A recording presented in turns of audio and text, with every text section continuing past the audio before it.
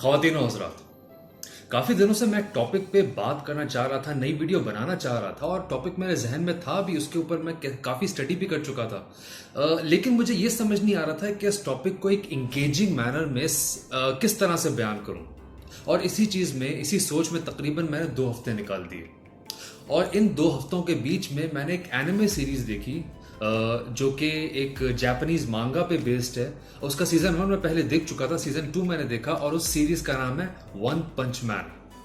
और इससे मुझे आइडिया आया कि इसमें जो मेन कैरेक्टर है साइतामा का, जिसके ऊपर एक्चुअली वन पंच मैन बेस्ड है, उसको एग्जाम्पल लेके इस कॉन्सेप्ट को बयान किया जाए। ये कॉन्सेप्ट ऐसा है जिसके बारे में जेम्स क्लियर ने अपनी किताब एटॉमिक हैबिट्स में लिखा है। और वो बेसिकली ये कहते हैं कि अगर किसी इंसान को, अगर आपको एक कोई बहुत बड़ी चीज़ अचीव करनी है, तो उसके लिए आपको इस बात पे फोकस नहीं करना चाहिए कि आपका गोल क्या है। आपको फोकस इस बात पे करना चाहिए कि उस गोल को अचीव करने के लिए आप सिस्टम क्या बनाते हैं। और उसमें दूसरा पॉइंट ये है कि वो ये बोलते हैं अपनी किताब में कि अगर आपको बेहतर होना है तो ये इस बात पे फोकस नहीं करें कि आपको क्या अचीव करना है। आप इस बात पे फोकस करें कि आपकी आइडेंटिटी क्या होगी और आपको कैसा बनना है। अपनी सेल्फ आइडेंटिटी पे और सिस्टम्स पे फोकस करें।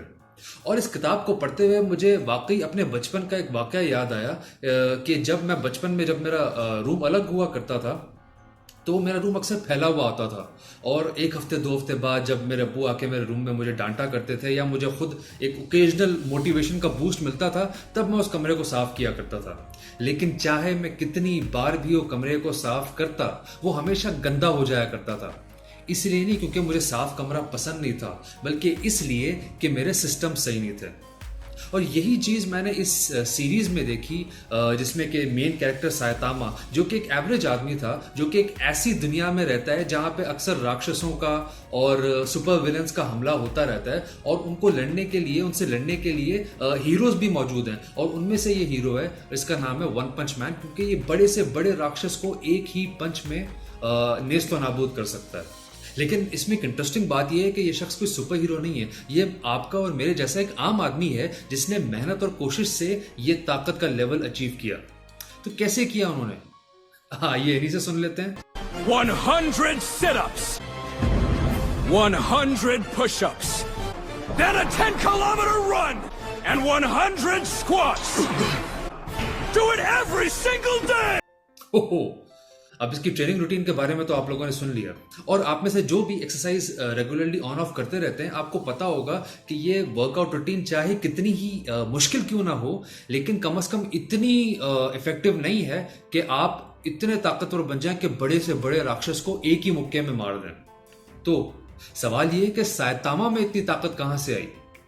उसका जवाब वो एक्चुअली आगे जाके देते हैं, जिसमें कि वो ये बोलते हैं कि पहली बात, इस वर्कआउट रूटीन के साथ उन्होंने एक चीज़ ये की कि चाहे गर्मी हो या सर्दी, ठंड में वो हीटर नहीं इस्तेमाल करते थे और गर्मियों में एसी नहीं, ताकि वो अपने माइंड को स्ट्रॉन्ग कर सके। और सेकेंडली, चाहे जो भी हो जाए, चाहे उनकी हड्डियां क्यों ना जवाब दे जाती हों, चाहे उनके मसल्स जवाब न दे जाते हों, चाहे कुछ भी हो जाता हो, लेकिन उन्होंने कंटिन्यूसली एक भी दिन का गैप नहीं लिया।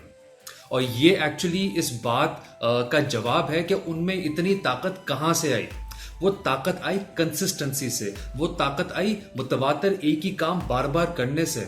और ये कोई अनोखा कॉन्सेप्ट नहीं है, ये कॉन्सेप्ट एक्चुअली डैरन हार्टी ने अपनी किताब द कंपाउंड इफेक्ट में भी बयान किया है। उसमें एक बहुत ही बेहतरीन एग्जाम्पल देते हैं, जिसको रुपयों में अगर देखा जाए तो ऐसा है। वो कहते हैं कि आप क्या प्रेफर करेंगे, कि आपको एक साथ 10 लाख रुपए दे दिए जाएं, या 1 रुपया दिया जाए जो कि 1 महीने तक हर रोज डबल होता रहेगा। अब हमें से अक्सर लोग, और जब मैं किताब सुन रहा था मैं भी सोचा था यार 10 लाख एक बहुत बड़ी रकम होती है। लेकिन आप सुन के इस बात को हैरान होंगे कि अगर किसी के पास 1 रुपया एक दिन में हो और वो उसको हर रोज डबल करता रहे, 1 रुपये को रोज डबल करता रहे, तो 1 महीने के बाद उसके पास क्या अमाउंट आएगी? बिल्कुल ये अमाउंट उसके पास आएगी।